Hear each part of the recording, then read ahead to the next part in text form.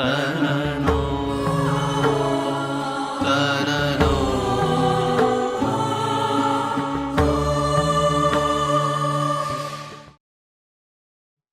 દેશ અને વિદેશમાં જે લોકો રહે છે, જે દેશમાં ભણીને અહીંયા અમે લોકો બધા સેટલ થયા છે, ત્યારે એમ કીધેલું કે કર્મ કરો, ફળની ચિંતા ન કરો.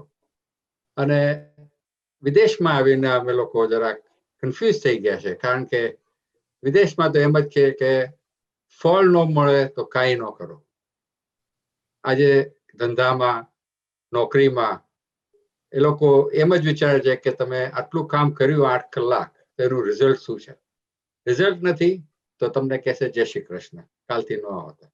તો આમાં અમે લોકો કન્ફ્યુઝ થઈ ગયા છે થોડા. તો એમાં તમારું કંઈક અભિપ્રાય આપો તો સારું. Very good question. અને આ બહુ મહત્વપૂર્ણ પ્રશ્ન છે અને એના વિશે જાણવું બહુ જરૂરી છે. પ્રાય આ શ્લોકનો ગલત અર્થ લેવામાં આવે છે અને એટલા માટે જ ગીતા હોય, ભાગવત હોય, એ સીધી ચોપડી લઈને વાંચો એ પહેલાં કોઈ યોગ્ય વ્યક્તિ પાસેથી એના ઉપર સત્સંગ સાંભળો અને પછી એ સાંભળ્યા પછી જ્યારે વારંવાર પ્રશ્ન કરો, ન સમજાય ત્યાં સુધી, અને જ્યારે સમજાઈ જાય ત્યારે પછી જેમ અર્જુને કહ્યું કરીશ્યે વચનં તવ, એટલે એ પ્રમાણે જીવન જીવવાની કોશિશ કરો. અને પછી વારંવાર એ વચનને વાગોળવા માટે થઈને તમે ગીતાનો પાઠ કરો કે ભૂલાઈ ન જાય, સતત યાદ રહે. એ રીતે પાઠ બરાબર છે, પણ આપણે શું કરીએ છીએ, પાઠ કરીને પુણ્ય આપણને એમ થાય ખાતામાં જમા થતું જાય. આ થોડા કોન્સેપ્ટ બહુ રોંગ છે. વેલ, આ શ્લોકનો અર્થ સામાન્ય રીતે એમ કરે છે કે કર્મ કરો અને ફળની ઈચ્છા ન કરો. નો, રોંગ ઇન્ટરપ્રિટેશન. આવો અર્થ છે જ નહીં આ શ્લોકનો. આપણે એને સરખી રીતે થોડું સમજવાની કોશિશ કરીએ. કર્મણ્યેવાધિકારસ્તે મા ફલેષુ કદાચન મા કર્મફલ हेतुर्भुः મા તે સંગોસ્ત્વ કર્મણી. ये वाला श्लोक है, ठीक है. चारे चरण ने आपने सरखी रीते જોઈએ. कर्मण्येवाधिकारस्ते, ये पहला वाला चरण है. इसका लिटरल मीनिंग कर्मणि एव ते अधिकारः. અહીંયા અધિકારનો અર્થ થાય છે સ્વતંત્રતા. અહીંયા અધિકારનો અર્થ હક એવો નથી થતો. અહીંયા अधिकारનો अर्थ है स्वतंत्रता. मतलब ये हुआ कि कर्म करने में तू स्वतंत्र है. जैसा कर्म करना चाहता है तू कर सकता है. You are free to do whatever you want. हारा कर्म करवा है तो हारा कर्म कर, तू स्वतंत्र है. खोटा कर्म करवा है तो खोटा कर्म कर, तमने कर्मनी स्वतंत्रता आपवामां आवी छे. पण कर्मणि एव ते अधिकारः, અહીંયા એવ શબ્દ બહુ મહત્વનો છે કે કર્મમાં જ તું સ્વતંત્ર છે, કર્મ કરવામાં જ તું સ્વતંત્ર છે. મા ફલેષુ કદાચન, એના ફળમાં તું સ્વતંત્ર નથી. એનો મતલબ તું જેવું કર્મ કરીશ તેનું તેવું ફળ તને મળશે અને એ સ્વીકારવા માટે તું બાધ્ય છે. હવે આ બાધ્યતામાં પાછા બે વસ્તુ છે. કર્મ જો તે પાપ કર્મ કર્યા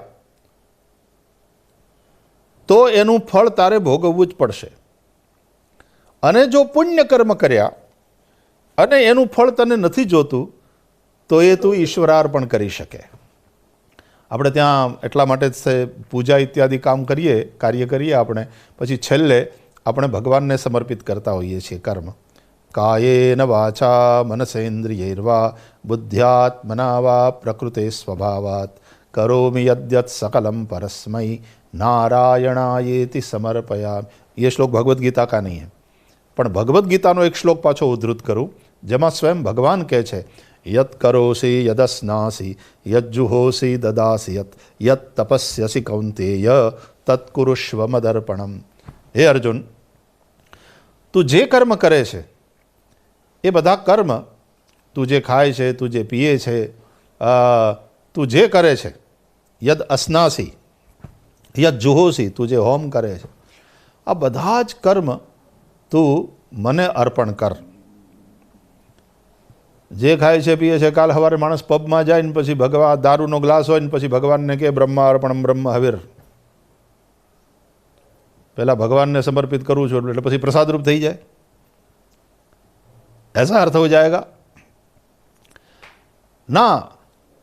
ભગવાન કહે છે તું મને અર્પણ કર, એટલે મતલબ એમ થયો કે ભગવદ અર્પણ બુદ્ધિથી, ભગવદાર્પિત બુદ્ધિથી જે કર્મ થશે કે મારે આ ભગવાનને આપવાનું છે, તો એ વસ્તુને ધ્યાનમાં રાખીને હું કર્મ કરીશ કે ભગવાનને શું આપી શકાય. નાનકડી એવી વાત છે કે ભાઈશ્રીને તમારે કંઈ આપવાનું હોય તો આ તો એક વ્યવહારની વાત છે કે ભાઈશ્રીને તમારે કંઈ આપવાનું હોય છે તો પહેલાં જોઈ લો છો ભાઈ એ આ ના આપી શકાય, આવું એમને ન અપાય. ઠીક હે, you do not offer everything to me. એમાં વિવેક આપોઆપ આવી જાય છે ને કે એમને શું ઓફર કરાય, શું ઓફર ન કરાય. ઠીક હે, તો એ જ રીતે હવે ભાઈશ્રી માટે જો તમે આટલું વિચારતા હોય તો આ તો ભગવાન છે. આપણે બધા જેને ભજીએ છીએ એવો સર્વેશ્વર, સર્વસમર્થ પરમાત્મા, એને શું ઓફર કરાય, શું ઓફર ના કરી શકાય, એનો વિવેક આપણી અંદર હોય. એટલે ભગવદાર્પણ બુદ્ધિથી કર્મ કરવાને કારણે ઘણા બધા ખોટા કર્મ કરવાથી આપણે બચી જઈએ છીએ. તો કર્મ કરવામાં તો ભાઈ તું સ્વતંત્ર છે, ભગવાને કહ્યું, પણ કર્મણી એવ તે અધિકાર, કર્મમાં જ તારો અધિકાર, એટલે કે કર્મ કરવામાં જ તારી સ્વતંત્રતા છે. મા ફલેશુ, એના ફળમાં નહીં, ફળમાં તારી પરતંત્રતા, એટલે જેવું કર્મ કરીશ તેનું તેવું ફળ ભોગવવા માટે તું બંધાયેલો છે. એટલે પાપ કર્મ કર્યા પછી એનું એવું ફળ મળશે અને તારે ભોગવવું પડશે. એમાં એમ ના કહેવાય કે ભગવાન મેં પાપ કર્યું ને હવે તમને અર્પણ, કાયેન વાચા મનસ ઇન્દ્રિયર્વા. જો પણ હું કરું એ બધું નારાયણાયથી સમર્પયામિ. એટલા માટે સંતો કહે છે કે પાપ છે ને એ ક્રિમિનલ કોર્ટનો મામલો છે અને પુણ્ય છે દિવાની કોર્ટનો મામલો છે, સિવિલ કોર્ટની વાત છે. દિવાની કોર્ટમાં આઉટ ઓફ કોર્ટ સેટલમેન્ટ થાય, ક્રિમિનલ કોર્ટમાં આઉટ ઓફ કોર્ટ સેટલમેન્ટ ન થાય. એમાં તો જે પછી ફેસલો આવે એ ભોગવવાનો જ હોય. એમ પાપ ભોગે ન પાપમ, ભોગવવું જ પડે.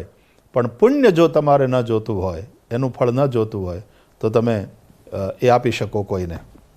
એટલા માટે ખબર છે ને, આપણે એકાદશીનું ફળ ઘણીવાર આપણા કોઈક દિવંગત, આપણે ત્યાં પરિવારમાં ને કોઈ વડીલોનું મૃત્યુ થાય પછી આપણે ત્યાં એવી પરંપરા છે કે એની ક્રિયા હોય ને ત્યારે લોકો એકાદશીનું ફળ એને અર્પણ કરે હાથમાં પાણી લઈને, કે હું 11 એકાદશી કરીશ અમારા દાદીમા માટે કે મારા દાદા માટે, અને એનું ફળ એ આત્માના શાંતિ માટે अर्पण करूँ છું.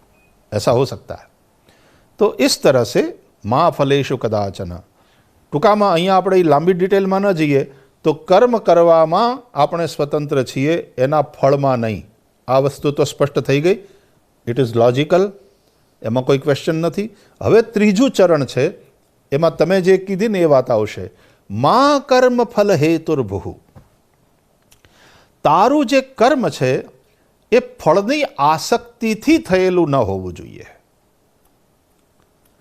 નાઉ લિસન કેરફુલી. એવું નથી કહ્યું કે તું કર્મ કર અને ફળની ઈચ્છા ન રાખ. વાય? કર્મ હું કરું છું તો એની ઈચ્છા રાખીશ જ, એનું ફળ સામે હોવું જ જોઈએ. રિઝલ્ટ ઓરિએન્ટેડ તો આપણી પ્રવૃત્તિ હોવી જોઈએ સાહેબ.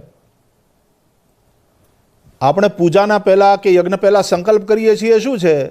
ફળને નિશ્ચિત કર્યું કે આ માટે થઈને હું આ કર્મ કરું છું. ધર્મ અર્થ કામ મોક્ષ ચતુર્વિધ પુરુષાર્થ સિદ્ધ્યર્થમ ઇહ જન્મની જન્માંતરે વા સકલ દુરિત ઉપશમનાર્થમ. આના માટે આ કર્મ કરું છું. What is that? તમે ફળ માટે જ કરો છો, ઓફકોર્સ. કાંઈ નહીં તો બસ મને ભગવાનની પ્રીતિ પ્રાપ્ત થાય એ માટે થઈને હું આ પૂજા કરું છું. અગેન રિઝલ્ટ ઓરિએન્ટેડ તો છે જ અને હોવું જ જોઈએ. હવામાં ગોળીબાર કરો એનો શું મતલબ છે? એટલે આ શ્લોકનો એવો અર્થ નથી થતો કે કર્મ કરો ને ફળ ન માગો. સમજી લઈએ આપણે, ફળ માગવું પડતું નથી, મળે છે. કારણ કે કર્મ ફળ આપ્યા વિના શાંત થાય નહીં. પણ જેવું કર્મ કરીશું તેનું તેવું ફળ આપણને મળશે. પણ કર્મના ફળમાં નક્કી તો કરો, મને આ ફળ જોઈએ છે, આના માટે થઈને હું આ કર્મ કરું છું, પણ એમાં આસક્તિ નહીં રાખો. ફળમાં આસક્તિ નહીં રાખો. Now again we can ask why, and there is answer again for that why. કે એ આસક્તિને કારણે તમારું ધ્યાન ફળમાં વધારે રહેશે, કર્મમાંથી હટશે. તમે કર્મ બરાબર નહીં કરી શકો.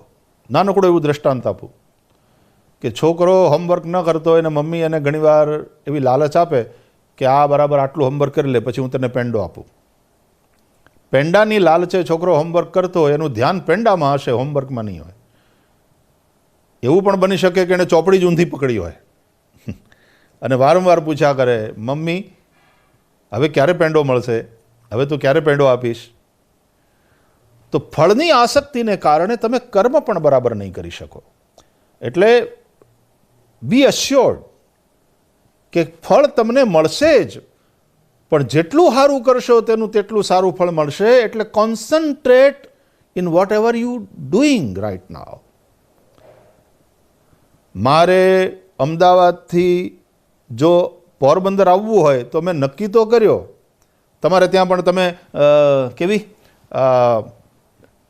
જીપીએસમાં આખું એડ્રેસ નાખી દો છો ને, એટલે આખો રૂટ તૈયાર થઈ જાય કારમાં, રાઈટ. પણ તમે કાર ચલાવતા હોય ત્યારે તમારું ધ્યાન તમારા લક્ષ્યમાં ન હોવું જોઈએ, રોડ ઉપર હોવું જોઈએ. ક્યાં લાલ લાઇટ છે, ક્યાં ગ્રીન લાઇટ છે, ક્યાં કોઈ વચ્ચે આવ્યું, ક્યાં ઊભું રહેવાનું છે, બરાબર ને. તો જ તમે સરખી રીતે તમારા લક્ષ્ય સુધી પહોંચો. એમ તમારા ફળ તમે જે નક્કી કર્યા છે ત્યાં સુધી પહોંચવા માટે તમારું ધ્યાન રાઇટ નાવ તમે જે કર્મ કરો છો એમાં જ હોવું જોઈએ. નહીં તો ફળાશક્તિ હશે તો શું થશે ખબર છે? આટલા રૂપિયા તો મને જોઈએ જ આ વર્ષે, આટલો નફો તો થવો જ જોઈએ, અને પછી કર્મમાં હરખું ધ્યાન નહીં, અને કંઈ ગડબડ થાય પછી માણસ ખોટા કર્મ કરે. ખોટું કરીને પણ આટલા નફા સુધી કેટલી કંપનીઓ હિસાબોમાં ગોટાળા કરતી હોય છે, ફાઇનલ એકાઉન્ટ્સમાં. પછી ભોપાળા બધા પાછળથી પકડાય, ખોટી બેલેન્સ શીટ બતાવે. આખો આઈપીઓ તૈયાર કરવાનો હોય ને આટલા રૂપિયા મેળવવા હોય, ખોટી બેલેન્સ શીટ બતાવીને પ્રજાને ઉલ્લુ બનાવવાની વાત. તો એણે ફળ તો નક્કી કર્યું છે, પણ ફલાશક્તિને કારણે પછી એનું કર્મ બગડ્યું. માટે મા કર્મ ફલ હેતુર્ભુઃ. અને પછી કહે છે છેલ્લા ચોથા ચરણમાં, માતે સંગોસ્ત્વ કર્મણી. એ જ પ્રકારે કર્મના ફળમાં જેમ તારી આસક્તિ નહીં હોવી જોઈએ, એમ કર્મ ન કરવામાં પણ તારી આસક્તિ નહીં હોવી જોઈએ. એટલે કે કર્મ ન કરવામાં પણ તારો આગ્રહ ન હોવો જોઈએ કે મારે કંઈ કરવું જ નથી. સોરી, જ્યાં સુધી શરીર છે ત્યાં સુધી એક ક્ષણ પણ તું કર્મ કર્યા વિના રહી શકે નહીં. તારે મજબૂરીથી પણ કર્મ કરવા જ પડશે, કારણ કે આ પ્રકૃતિના જે ગુણો છે એ તને કર્મમાં લગાડશે જ. કાંઈ નથી કરતો તો બેઠો છે, એ પણ કર્મ જ કહેવાય ને સાહેબ. પડ્યો રહે છે માણસ, એ પણ કર્મ જ છે. શું કરે? કાંઈ નથી કરતો, બેઠો છે, ઘોર્યા કરે છે, એ પણ કર્મ જ છે સાહેબ. પણ એ તામસ કર્મ થઈ ગયું. માટે કર્મ ન કરવામાં પણ તમારો આગ્રહ ન હોવો જોઈએ. અને જ્યારે કર્મ કરવાનું છે ત્યારે કયું કર્મ કરવું અને એ કર્મને યજ્ઞની ઊંચાઈ ઉપર કેવી રીતે પહોંચાડવું, જેથી કરીને તમે ધારેલું ફળ તમને નીતિપૂર્ણ માર્ગથી મળે. એ શ્લોક કા અર્થ है. આઈ હોપ કે ક્લિયર થયું હશે. Thank you.